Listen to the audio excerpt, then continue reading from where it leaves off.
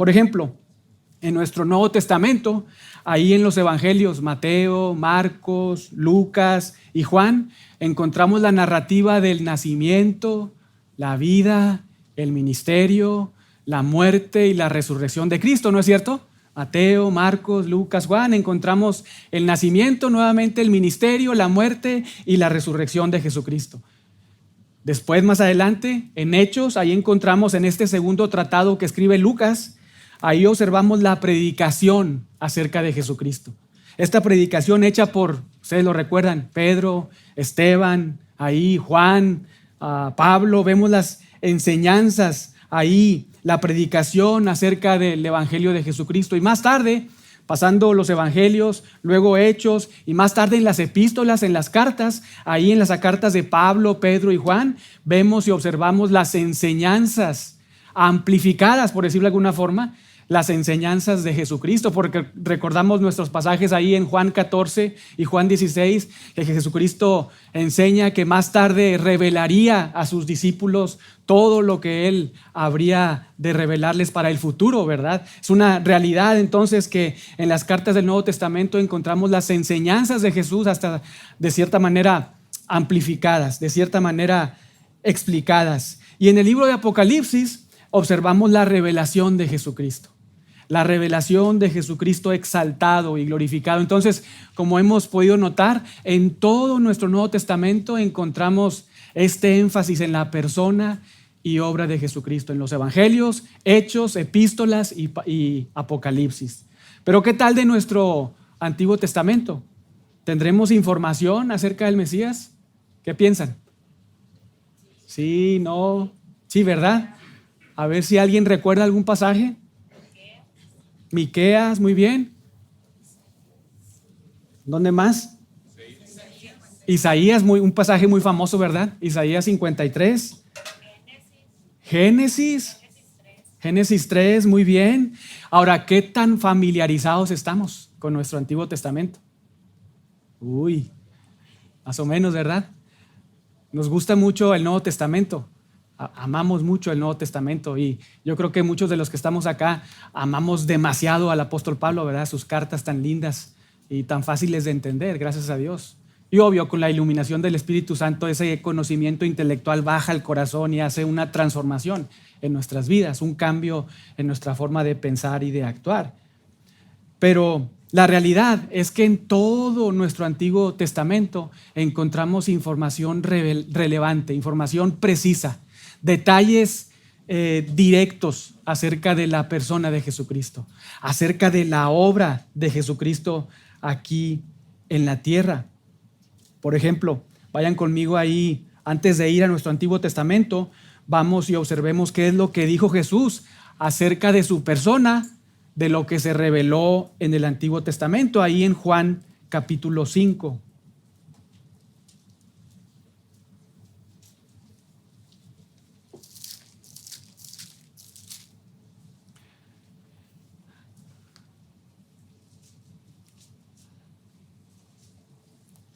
Juan capítulo 5, ahí tenemos en el contexto de este pasaje que Jesús afirma algo muy especial a judíos que lo estaban persiguiendo y que querían matarle.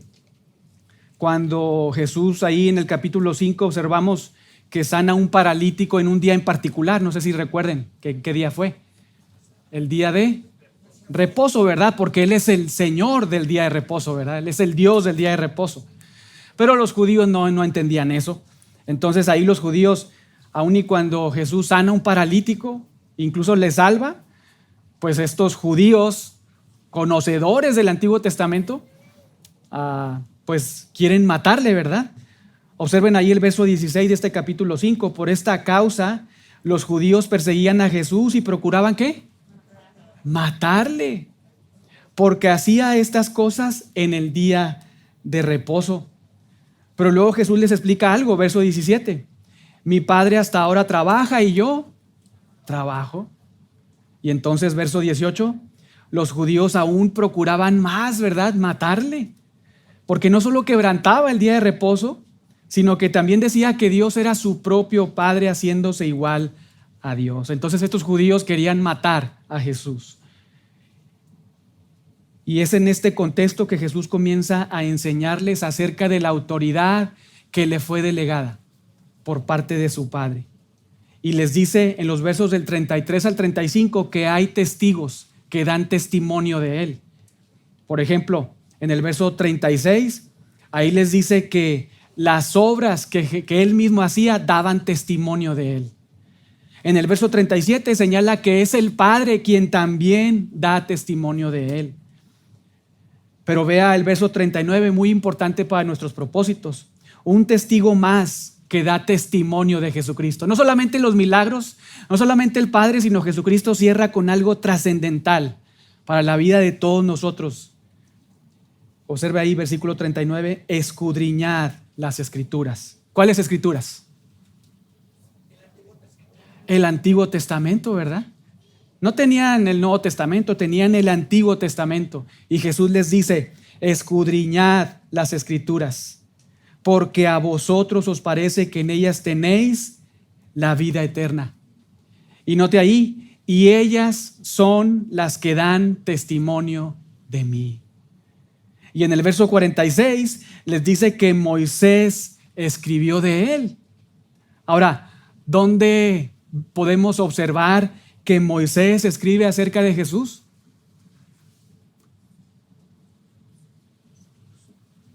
En Efesios, Hechos. ¿Dónde? Por aquí escuché algo. Génesis, Éxodo, Levítico, Números. Muy bien. ¿Por qué decimos que Génesis, Éxodo, Levítico, Números, Deuteronomio? ¿Y quién escribió el Pentateuco? Moisés, ¿verdad? Entonces nuevamente observamos ahí, verso 46. Moisés escribió de él. Está diciendo Jesús. Más tarde, cuando Jesús muere y resucita, repite esto mismo a dos de sus seguidores que iban camino a Emaús. Lo recordábamos hace un par de domingos en nuestro sermón. Vamos ahí a Lucas capítulo 24.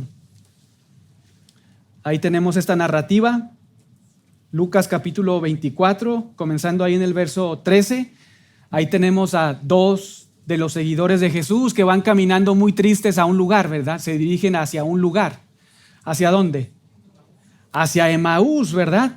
¿Por qué estaban tristes? Bueno, porque estos hombres no eran parte de los 11, ¿verdad? Que estaban ahí con Jesús. Eran, sí, seguidores, discípulos de Jesús, pero no eran de los 11. Lo sabemos porque más tarde en el versículo 18 dice que uno de ellos se llamaba Cleofas, ¿verdad? Pero bueno, entonces están estos dos hombres camino a Emaús, van tristes porque pues ellos supieron, conocieron que Jesús murió, fue crucificado en una cruz. Entonces están tristes porque pues esa persona, ese hombre que vivió entre ellos y que sabían y entendían, pues era alguien especial, había muerto. Por eso están tristes. Ellos no se habían enterado que Jesús había resucitado verdaderamente. Entonces, verso 15, Jesús resucitado, muy importante, con cuerpo glorificado, se acerca a estos dos hombres y caminaba con ellos. Observe ahí, verso 15, Jesús se acercó y caminaba con ellos. ¿Con quiénes? Con los dos hombres, ¿verdad? Que iban caminando a Emaús. Esto es una especie de clase, ¿verdad? Por eso es escuela dominical. Entonces es diferente un poco a un sermón dominical. Entonces voy a estar haciendo preguntas y a estar interactuando con ustedes. Muy bien. Entonces Jesús se acerca a estos dos hombres y camina con ellos. Pero muy importante, recuerden, Jesús ya ha resucitado, ¿verdad? Es lo que vemos en el capítulo 24, en los primeros versos, en el primer bloque, del 1 al 12. Jesús con cuerpo glorificado va y se aparece a estos hombres y luego, muy importante, verso 15 ahí dice, caminaba con ellos. Y con esto, de paso, se nos deja ver la naturaleza del cuerpo glorificado de Jesús y por implicación del cuerpo glorificado que recibiremos nosotros, con la capacidad de ¿qué? De caminar. Noten ahí nuevamente el verso 15, Jesús se acercó y caminaba con ellos. Muy importante, porque muchas veces pensamos en la eternidad, en el establecimiento del reino de Dios como implicaciones que podemos observar como cosas espirituales, pero no es así. Hay cosas físicas y hay cosas espirituales. Dios nos dará un cuerpo glorificado, semejante al de Cristo, que tendrá la capacidad de caminar por las sendas de la tierra. Entonces vemos allá a Jesús caminando con ellos, verso 17, y platican. Jesús les dice de qué platican, por qué están tristes, y ellos les dicen, observen ahí el verso 19, de Jesús Nazareno, que fue varón profeta, poderoso en obra y en palabra, delante de Dios y de todo el pueblo. Verso 20, y cómo le entregaron los principales sacerdotes y nuestros gobernantes a sentencia de muerte y le crucificaron. Verso 21, y nosotros esperábamos que Él era el que había de redimir a Israel. O sea, ellos tenían un conocimiento, lo vemos aquí por lo que están diciendo. Ellos tenían un conocimiento de que vendría un personaje, observen muy bien, a redimir ¿a quién? A Israel. ¿Israel tendrá importancia en los planes de Dios? ¿Israel étnico? Claro, claro. 21, y nosotros esperábamos que Él era el que había de redimir a Israel. Pero además de todo esto, dicen ahí, hoy ya es el tercer día. ¿Qué quiere decir? Pues que también tenían ese conocimiento de que al tercer día resucitaría, ¿verdad? Ese personaje, ese hombre. Pero dicen, ya es el tercer día y no ha pasado nada. No ha pasado nada. Y luego añaden ahí que unas mujeres fueron al sepulcro, no hallan a Jesús, y que estas mujeres les dicen que, bueno, pues vieron un ángel que les dice que Jesús vive, ¿verdad? Y entonces Jesús les dice algo muy importante para nuestro estudio, para nuestros propósitos. Vean ahí versos del 25 al 27. Oh, insensatos y tardos de corazón para creer, y observe ahí todo lo que los profetas han dicho. Verso 26, ¿no era necesario que el Cristo padeciera estas cosas y que entrara en su gloria? Y note ahí muy importante, verso 27, comenzando desde dónde nuevamente ahí. Moisés. Comenzando desde Moisés, es decir, desde el Pentateuco, Génesis, Éxodo, Levítico, Números, Deuteronomio, y siguiendo por todos los profetas, es decir, el resto del Antiguo Testamento. Y esto lo sabemos porque luego dice, les declaraba en todas las Escrituras lo que de él decían.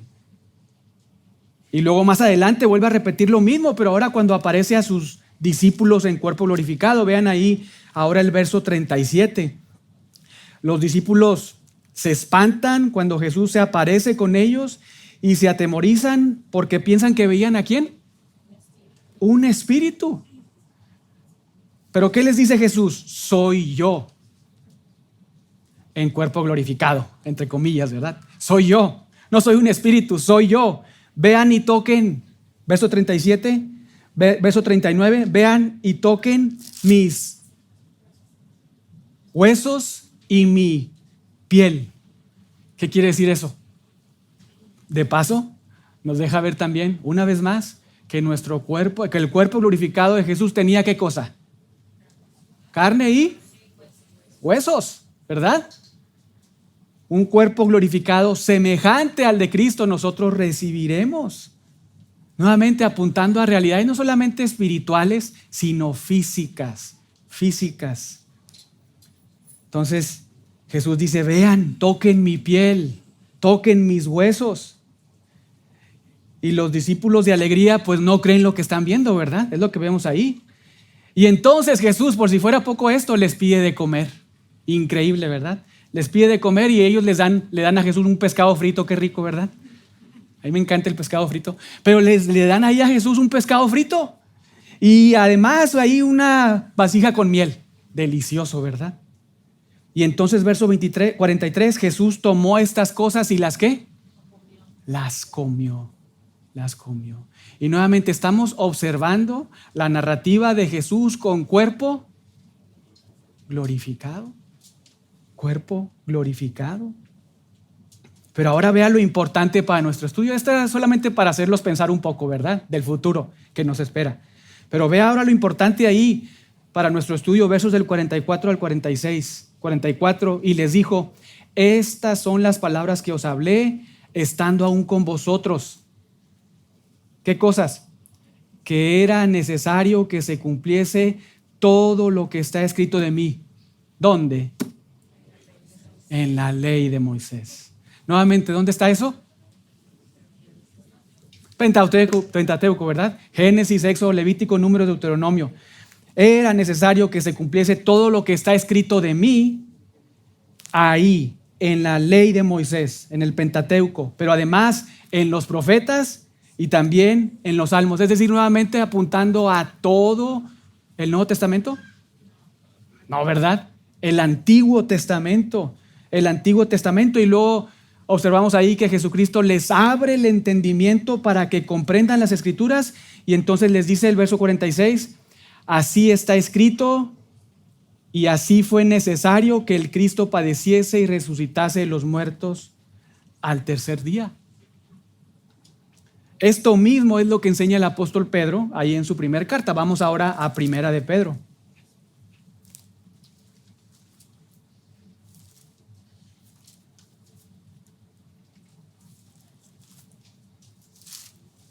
Primera de Pedro, capítulo 1.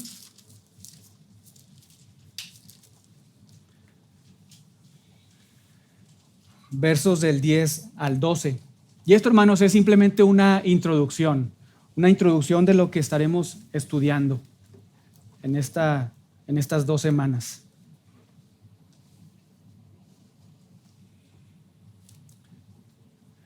Observen ahí, verso 10, lo que escribe el apóstol Pedro, dice, los profetas que profetizaron de la gracia destinada a vosotros, dice ahí, inquirieron. ¿Qué quiere decir? Buscaron con seriedad, es la idea. Buscaron con seriedad y diligentemente indagaron, o en otras palabras, investigaron intensamente. ¿Acerca de qué? De esta salvación. ¿Cuál salvación? La alcanzada por medio de Jesús, el Mesías, verso 3. Verso 11, escudriñando qué persona.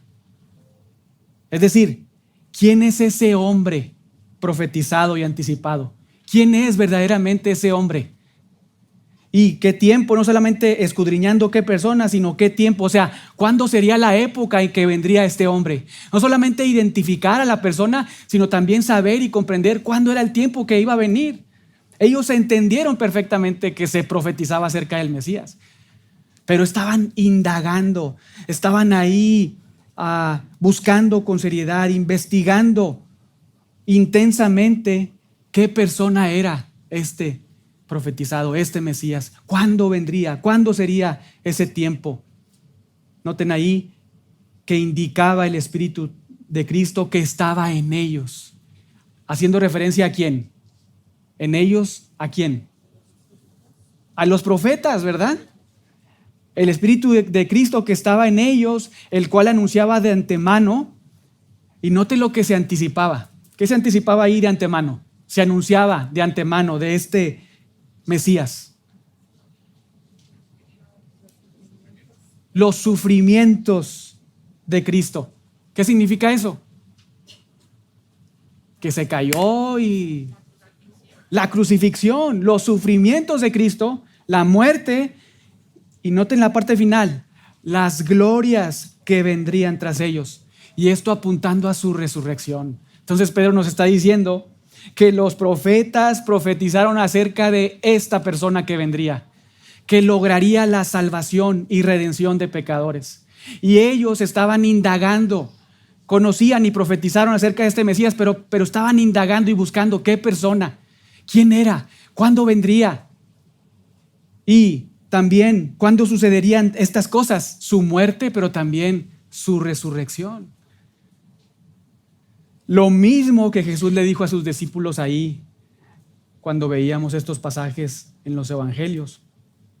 Esto que en el Antiguo Testamento se predijo acerca del Mesías, de la salvación por medio del Mesías, que debía sufrir y debía morir, pero también debía resucitar a favor de pecadores. Y con esto en mente solamente vamos a ver un pasaje del Antiguo Testamento, un pasaje que nos ayudará a observar a nuestro Cristo profetizado desde el Antiguo Testamento. Y ahorita decía Diana un pasaje, Génesis 3, ¿verdad? Entonces vayan conmigo ahí a Génesis 3.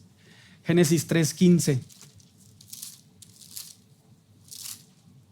Ahí tenemos la primer mención o anticipación del sufrimiento y de la victoria potente del Mesías de Dios. Ahí vemos a Dios hablando en Génesis 3:15 y teniendo como audiencia principal a un personaje muy particular, a Satanás mismo. Dios le dice a la serpiente ahí en Génesis 3:15, pondré enemistad entre ti y la mujer, entre tu simiente y la simiente suya. Esta, la simiente de la mujer, te herirá ¿dónde? En la cabeza. Y tú le, apuntando a un hombre, ¿verdad? Tú le herirás a esta simiente que será un hombre, tú le herirás. ¿En dónde? En el calcañar. Dios mismo predice el sufrimiento del Mesías. Es obvio, ¿verdad? Cuando dice tú le herirás en el calcañar. Pero al mismo tiempo anticipa la victoria potente del Mesías sobre Satanás y sobre todos los sistemas dominados por Satanás en este mundo a partir de este momento de la historia cuando el pecado entra a la humanidad. Muy importante. Una victoria obtenida, que sería obtenida por el Mesías y que no sería solamente la solución para el problema del hombre, sino también además de las consecuencias que trajo el pecado del hombre. ¿Por qué decimos esto? Porque Génesis 3:15, Dios se dirige ahí nuevamente a la serpiente, ¿verdad? A la serpiente que es Satanás. Una serpiente que en términos de Apocalipsis 12:9 es la serpiente antigua, ¿recuerdan? Serpiente antigua. Ahí Dios se dirige a Satanás y maldice a la serpiente y que se arrastre, ¿verdad?, para siempre en la tierra. Pero también le anuncia que pondrá una enemistad. Dios le dice a Satanás que pondrá una enemistad entre un hombre en particular, simiente de la mujer, el Mesías, y entre la simiente de la serpiente.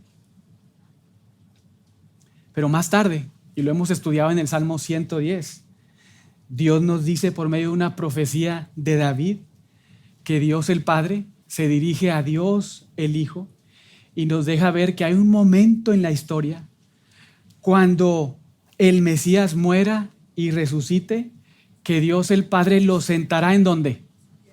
A su derecha, ¿verdad? Hasta que ponga, ¿qué cosa? A sus enemigos por estrado de sus pies y a toda enemistad por estrado de los pies de ese Mesías, resucitado y regresado a la gloria. En otras palabras, en Génesis 3:15, Dios pone enemistad entre el Mesías y Satanás, nuevamente anticipando el sufrimiento de este Mesías, pero también la victoria de este Mesías sobre Satanás. Pero después, en el Salmo 110:1, Dios mismo pondrá futuro bajo los pies del Mesías a todos sus enemigos y a toda enemistad en contra del Mesías para destruirlos de manera definitiva. Por eso, la muerte, los sufrimientos de Cristo y la resurrección de Cristo, como lo comenzamos a decir desde un principio, no solamente logra la redención de pecadores, sino también la redención de todo lo caído, de todo el mundo. Porque nuevamente aquí observamos al ver estos dos pasajes que por un lado en Génesis 3:15 Dios se dirige a la serpiente y pone enemistad entre la serpiente y la simiente de la mujer, que es el Mesías, ¿verdad? Donde el Mesías aplasta la cabeza de la serpiente de Satanás y la serpiente Satanás ocasiona sufrimientos ahí al Mesías, pero luego más tarde en el Salmo 110 vemos al Dios mismo, pero ahora dirigiéndose no a la serpiente, no a Satanás, sino a Dios el Hijo, que en un tiempo en la historia cuando Él muere y resucita, entonces Él, cuando está ahí regresado a su gloria, Cristo le dice, quédate aquí hasta que yo ponga tus enemigos por estrado de tus pies y toda enemistad por estrado de tus pies.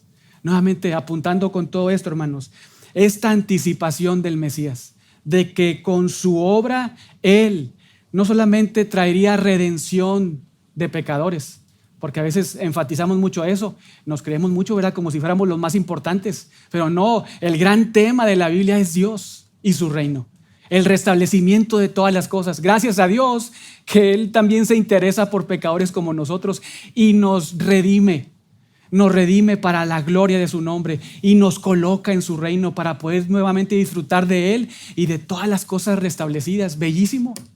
¿Quién no quiere disfrutar de la presencia de Dios?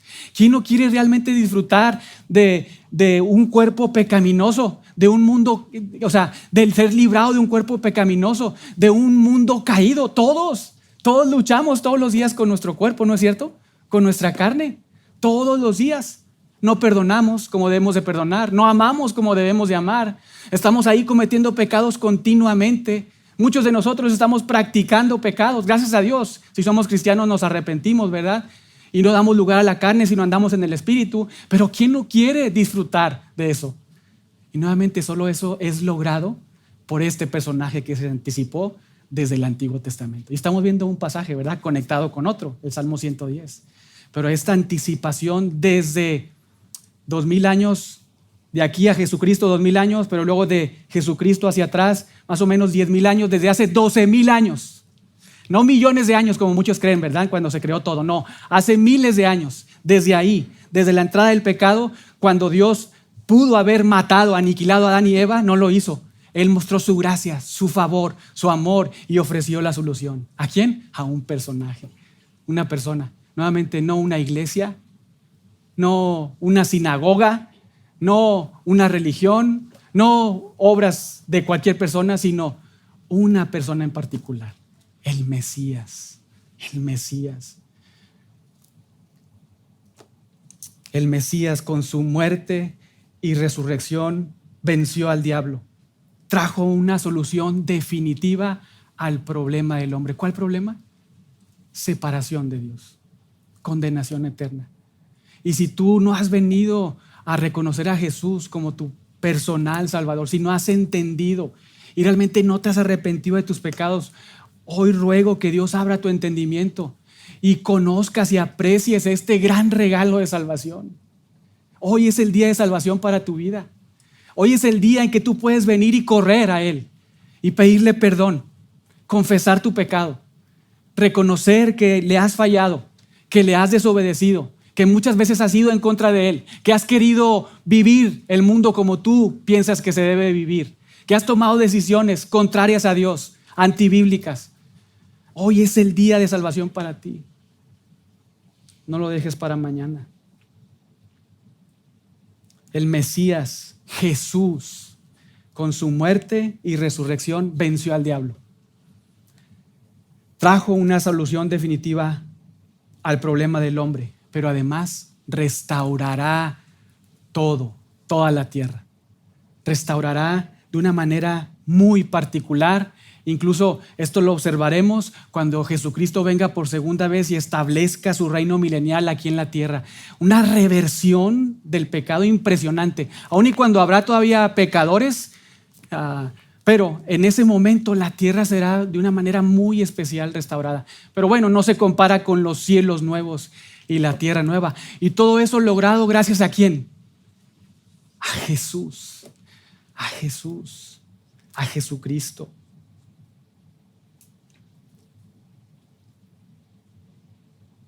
Y esto a nosotros que reconocemos a Jesús como Rey, como Señor y Salvador, esto nos debe de animar a vivir nuestras vidas matando nuestro pecado. Hermanos, porque escuchen bien, si Jesucristo fue a la cruz, es porque Dios creó un plan para salvarte, para salvarnos. Si somos sus hijos, somos hijos de Dios. Dios creó un plan para salvarnos.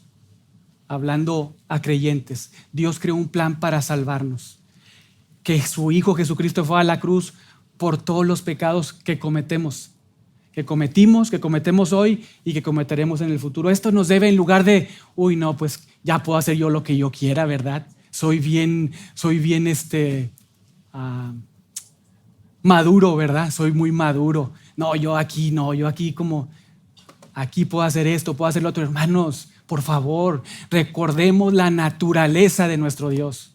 Él es santo, santo, santo. Y nosotros somos llamados a la santificación. Claro, hermanos, hemos sido apartados para Dios. Increíble, ¿verdad? Ayer estábamos con unos niños y les recordaba la elección de Dios, ¿verdad? En cuanto a nosotros, los creyentes, pues Dios no nos eligió por bonitos, ¿verdad? Y les preguntaba, oye, tú cuando eliges un juguete, ¿eliges al más bonito o al más feo? Pues al más bonito, ¿verdad? Por ejemplo, ahora ustedes que se levantaron ahorita en la mañana, ¿fueron ahí al vestidor y escogieron la ropa más vieja? No, ¿verdad? Escogieron la ropa más bonita. Las mujeres ahí se pusieron el labial más lindo. Los hombres ahí el poco pelo que nos queda, pues nos lo peinamos bien, ¿verdad? Porque sí, escogemos lo mejor. Pero ¿qué escogió Dios, hermanos? Lo peor, lo vil. Eso escogió Dios. No había nada bueno en nosotros. Estábamos muertos espiritualmente, pero Dios nos eligió. Hermanos, esto debe de motivarnos a vivir en santidad, a vivir en pureza, no a pensar como algunos piensan en la gracia barata. No, no es así, esa no es la enseñanza bíblica. Debemos de huir de la idolatría, de huir de la fornicación. Debemos de atender todo el consejo de Dios. Debemos de adorar a nuestro Dios con corazones íntegros, puros, porque a eso somos llamados. Esa es la voluntad de Dios. ¿Te preguntas cuál es la voluntad de Dios para tu vida? Tu santificación. Tu santificación. Pero gracias a Dios que esto se logra gracias a una persona, a Cristo, por su sangre, por sus méritos. Y continuamente, hermanos, lo sabemos, 2 Corintios 3:18, en la medida que estamos acercándonos a este libro, donde encontramos no solamente nuestro Antiguo Testamento, ¿verdad? La mitad o más de la mitad de la Biblia, sino tenemos todo el consejo de Dios en nuestras manos. En la medida en que nos acercamos acá, esa imagen distorsionada por el pecado está siendo transformada cada día más y más a la imagen de Cristo, a la imagen de Cristo. Y esto es solamente un pasaje, ¿verdad? Ya no hay tiempo para ver más. Pero la siguiente semana seguiremos observando los sufrimientos de Cristo y las glorias de la resurrección de Cristo. Los sufrimientos de Cristo apuntando a su muerte y lo que Él logró, redimir a pecadores, pero también con sus glorias, observar lo que Él no solamente logra al redimir pecadores, sino también restaurar todas las cosas. Y esto nuevamente solamente para enfatizar un pasaje de la palabra de Dios. Probablemente no nos alcance otra clase más, sino quizá 2 clases más, pero bueno, ahí estaremos pensando un poco, ¿verdad? Entonces, bueno, vamos a orar para terminar. Solo recordarles que ahora tienen un ensayo, los cantores de esta iglesia, los que cantan más lindos, ¿verdad? Los adultos y los niños van a ir a ensayar allá a un salón para estar listos para el servicio dominical.